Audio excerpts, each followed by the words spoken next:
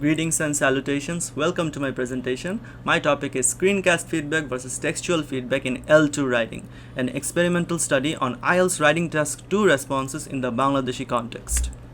So first of all, we all know what IELTS is, right? So IELTS stands for the International English Language Testing System, and we give the IELTS for going abroad. So if we want to go for higher studies, we give the module IELTS Academic, and if we want to go for immigrating to another country, we give IELTS General Training. So IELTS is required by many countries abroad to go there. So there are 4 IELTS sections which cover the 4 basic skills of any language, which are reading, writing, listening, and speaking. So my research paper and this presentation are focusing on specifically IELTS writing, and within IELTS writing I am focusing specifically on IELTS Writing Task 2, not Writing Task 1. So what is IELTS Writing Task 2?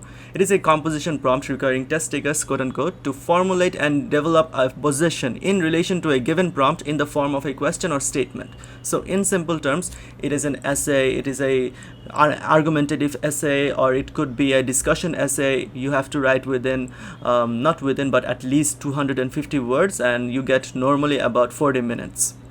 So I have checked the IELTS Writing Task 2 responses, which I will explain in the methodology how I have done that, but I have checked them using the official IELTS Writing Task 2 rubric elements, which are task response, coherence and cohesion, lexical resource, and grammatical range and accuracy. First of all, task response is how well you have addressed the question. Coherence and cohesion is your organizational skills. Lexical resource refers to your vocabulary, and grammatical range refers to how diversified grammatical items you have used, like simple sentences, complex, compound, and accuracy refers to how your accuracy of grammar use, like you have not made any grammatical mistakes or errors.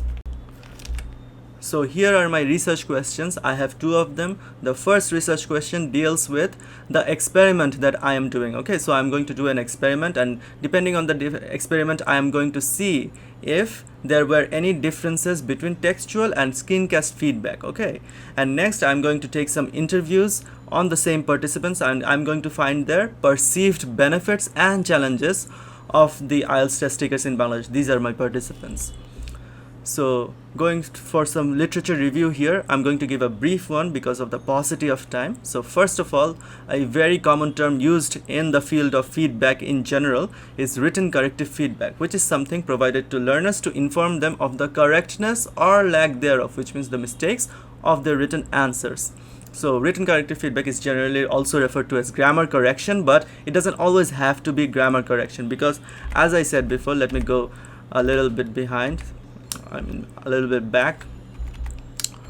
Sorry. So here, so I'm not only looking for grammatical range and accuracy, I'm also looking for how well the students have fulfilled task response, coherence and cohesion, and lexical resource. So it's not only language and it's not only grammar correction, it goes beyond that. So what are feedback modes? So anything mode, it refers to the platform, right? For example, I'm giving this presentation in an online mode. It's a recorded presentation. It's an online mode, not a face-to-face presentation. And so in regards to feedback, so there is the traditional textual feedback where the teachers mark your script with the pen, right? It's a pen and paper feedback. So that is textual feedback, and it can also be digital if the teacher marks your Word document or your Google Doc. So the second type of feedback is oral feedback, where the teacher makes some oral feedback comments, like he or she tells you, like you are standing in front of him or her, and he or she is giving you some oral feedback, telling you something from his or her mouth. And voice recorded feedback is when your teacher, and I don't know if any of you have experienced this, but this is also another type of feedback where the teacher records his or her voice and then uploads them to email, to a storage. It can be Google Drive, it can be WhatsApp group. So, and I am of course going to talk about screencast feedback. This study is about screencast feedback, where the teacher records his or her screen and then provides the feedback. So there is a lack of research globally regarding screencast feedback, okay, and especially in Bangladesh, I have not found any single research study done on screencast feedback. And I have color coded the traditional textual feedback and screencast feedback because I am going to compare textual feedback with screencast feedback. I am not going to touch on voice recorded or oral feedback in this study. So I have from the literature review collected some of these advantages and disadvantages and compiled them in a list.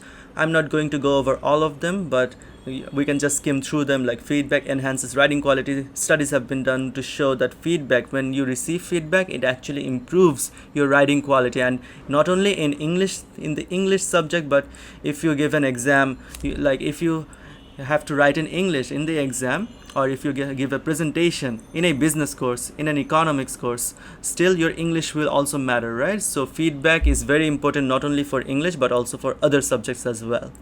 So moving on to the disadvantages, some studies, especially very old ones, you can see from the dates before 2000, they have found that feedback doesn't actually help that much, but there may be a lot of reasons why feedback doesn't help, because it requires a lot of time for the teacher to give feedback, and also the student has to be resolute enough to improve in order to incorporate feedback, right?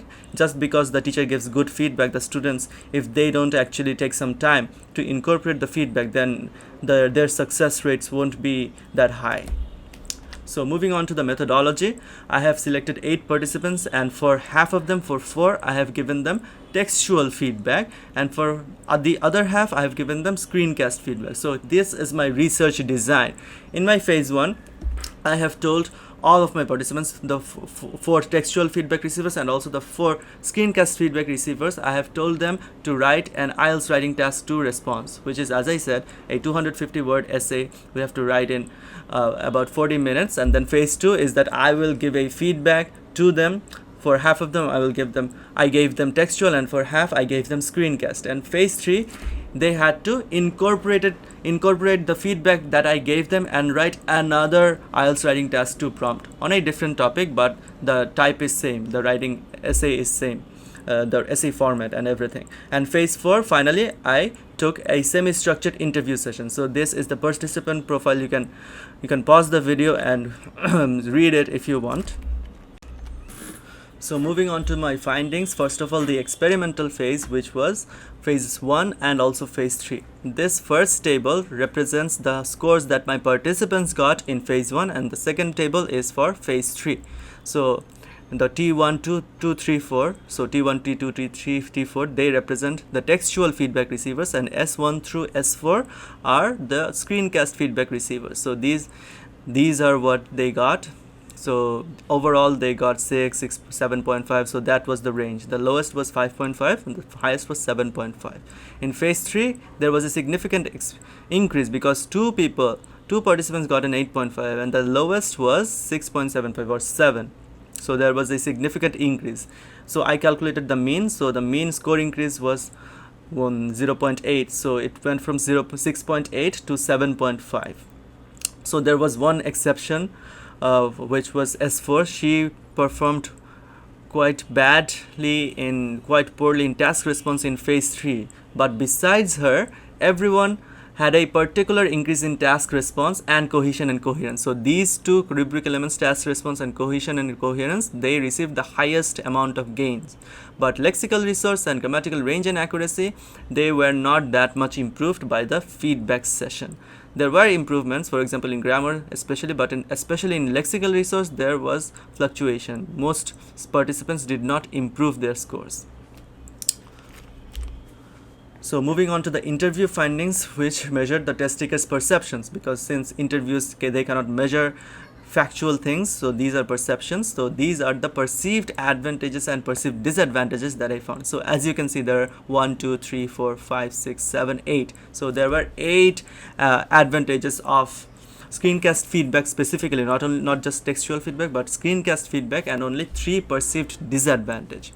So the perceived advantages are rewatchable, because since it's a recorded video, you can rewatch it. Rewindable, you can rewind it, can be watched anywhere and at any time, can be stored on a personal computer or a mobile phone. It is more comprehensible as it is multimodal. So by multimodal, I mean that there is more than one mode that goes into a screencast feedback video. Why? Because there is for example, this video also that I'm making, it's also a screencast technology. So there is my voice, then there is also the screen. If I want, I can add some sound, music, so I can even add some videos as well. There is also my mouse pointer pointing out to you, so it's making it very clear, right? It's very, and I personally love it, and also too did my participants as well. And there is also a tendency to be more detailed, since teachers may be conscious of their voices being recorded and shared. So this was a very interesting finding that I found. So one of my participants said that normally when teachers give feedback, they may not actually check thoroughly. They may just check the first and last paragraphs, just skim through the middle or something. But when they record their voice and their screen, there may be a mentality of them that no, since I'm recording my screen and my voice, and even if it doesn't get shared by my student, still my student is actually hearing it, listening to it, so I should actually give a more proper feedback. So there's also that as well. So it's a advantage for the student, but it can be perceived as a disadvantage for teacher, right? For the teacher. So underestimation of their impact. So this refers to the fact that even though all of my participants loved screencast feedbacks, but they did not predict how high their scores would be in phase 3. So it's also not a disadvantage. You can also call it an advantage, because screencast feedback turned out to be even more of a helpful tool for them than what they thought, and they also thought positively. And time and energy also required by the teacher and students as well. So these are also not significant disadvantages. So another thing I would just like to touch on is that even though some of the participants said that more time and energy will be required by the teacher if they give screencast feedback, one participant said that no, it's so convenient, they can simply press record and check as they usually do. No preparation is needed. So yeah, in theoretically the teacher does not have to prepare to give the screencast feedback. They just have to have the technology installed, like an OBS Studio or Zoom. You can record your screen, so you can just do it manually. The one disadvantage I would say is that you cannot do it with a pen and paper. You have to do it on the computer laptop. So finally, in the discussion section, I will be relating my findings with that of the other scholars that I researched in the literature review. So my experimental results do prove that feedback promotes writing, because there was a significant score from phase 1 to phase 3 for score increase, and it also helps not only language learning but also in other courses as well. It also boosts confidence, and all of my participants preferred detailed feedback, which also confirms most studies. However, there were 2 studies my study refutes. Okay, so the first one was of Islam and Stapel. So they said that the average Bangladeshi citizen would only get a 5 in IELTS. However, in my study, I found that the average was 7 to 7.5. And my study also refutes another study which said that students are actually satisfied with existing feedback practices, like the feedback they normally receive. They're satisfied with that. But my study has actually at least shown that they are not satisfied. They would like more detailed feedback, and if possible, screencast feedback. So in conclusion, I would like to say that both the experimental and the interview data showed that both feedback, textual and screencast feedback, they are significantly helpful and also desired by my participants. And my study also proved that screencast feedback is far superior to textual feedback. Of course, there are some limitations. It's not a quantitative study, and I did not enforce my participants to actually give the attempts phase 1 and phase 3 in one setting and also within the time limit. So what happened was that some of my participants, they gave their phase 1 and phase 3 attempts in more than one setting. They did it in their office. It was not a quiet place. One of my participants actually finished in only 15 minutes. So these were some weaknesses, and I also suspect some of my participants to have copied from the internet. If not copied, then at least paraphrasing it, because I did not find plagiarism, so they must have paraphrased it. And finally, one of my participants, she scored very high in in 3 of the rubric elements in phase 3, but she did not in task response. So she made a huge blunder. She forgot to answer one part of the question. So that impacted my findings as well, because if she would not have done that mistake, made that mistake, then my results, my conclusion would have been even stronger, because screencast feedback's impact would have been much stronger if she did not make that mistake. But I did not tamper with the data, and so these were my data and also my presentation. So that said, these are my references. Thank you so much.